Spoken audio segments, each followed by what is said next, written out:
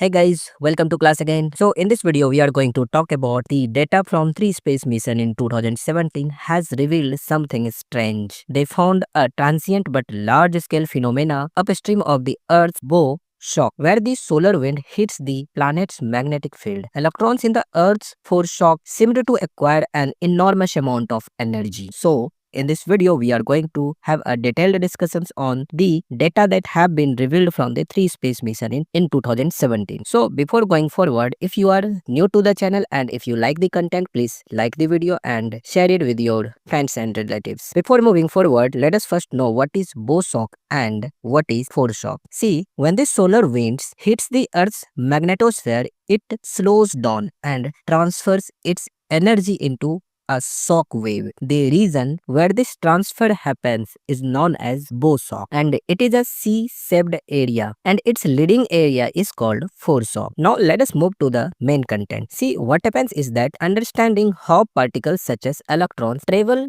vast distance in space or how they acquire ultra high energy has been a long-standing puzzle in astrophysics. In fact, physicists' picture of the manner of energy propagation in the universe is still not fully clear. On January 13, researchers with the Applied Physics Laboratory at Johns Hopkins University in the US and Northumbria University in the UK made an important finding that mitigates some of the fuzziness. In their paper published in the journal Nature Communication, the researchers reported that collisionless shock waves, which are easy to find throughout the universe, could be the cosmic engines driving subatomic particles in space to extreme speed. The team found these shock waves to be among nature's most powerful particle accelerator. These shock waves are born in plasma, which is a gas of charged particles that can conduct electricity and interact with magnetic fields. The study was based on data from three of NASA's space-based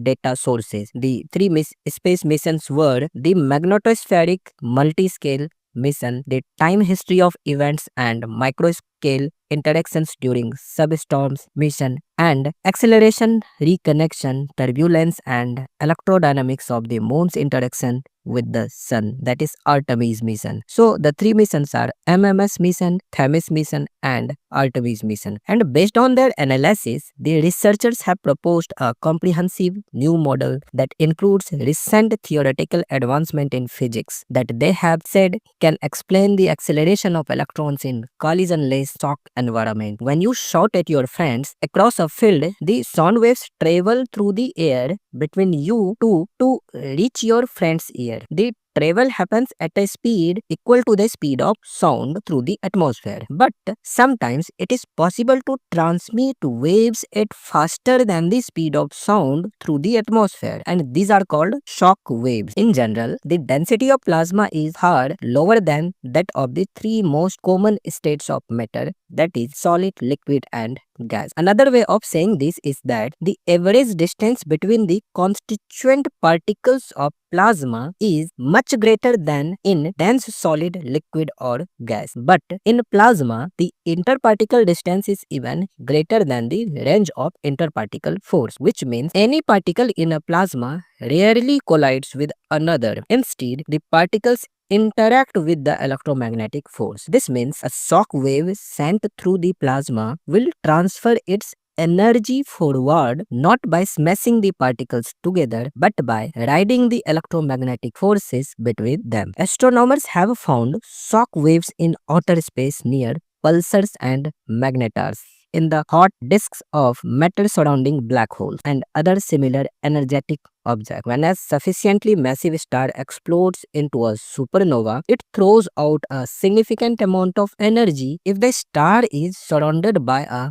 plasma, the shock front will essentially propagate in a collisionless manner. The electrons within the plasma itself will be pushed forward at a speed that, depending on the circumstances, could be very close to the speed of light. Such electrons are said to be relativistic since their properties can now be described only by the theories of relativity. Such shock waves have previously been found to play a key role in producing cosmic rays. Streams of high energy particles traveling through the universe. When one such stream smashes into the Earth's atmosphere, it breaks up into a shower of other particles. In the new study, the researchers focused on diffusive shock acceleration, a well-known mechanism capable of accelerating electrons to tremendous energies through collisionless shock waves. But there is a catch. The mechanism requires electrons to have been accelerated to around 50% of the speed of light first before it can propel them even further. Whether there is a natural process in the universe capable of providing this first bump, also known as the electron injection problem, has been a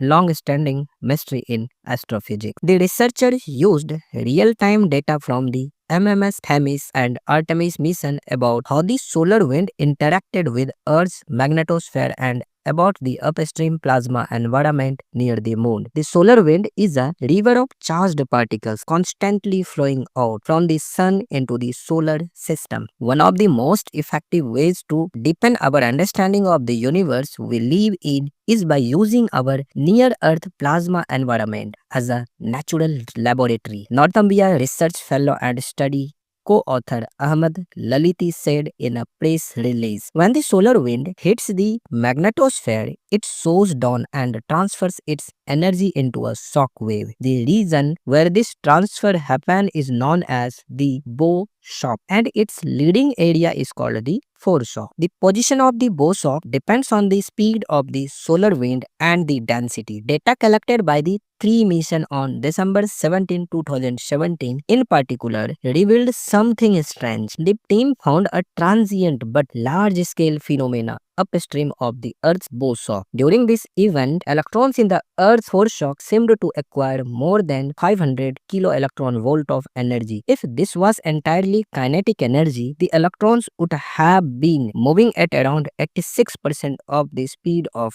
light. This was a striking result given the fact that electrons in the foreshock region typically have just around 1 kilo electron volt of energy. According to the researchers, these high energy electrons were generated by a complex interplay of multiple acceleration mechanisms, including the interactions with various plasma waves and with transient structures in the Earth's bow shock and foreshock. They also excluded the influence of solar flares and coronal mass ejections from the sun at this time. In this work, we use in situ observations from MMS and Themis or Artemis to show how different fundamental plasma processes at different scales work in concert to energize electrons from low energies up to a high relativistic energies. Those fundamental processes are not restricted to our solar system and are expected to occur across the universe. Indeed, the team's refined acceleration model provides new insights into the working of space plasma and other phenomena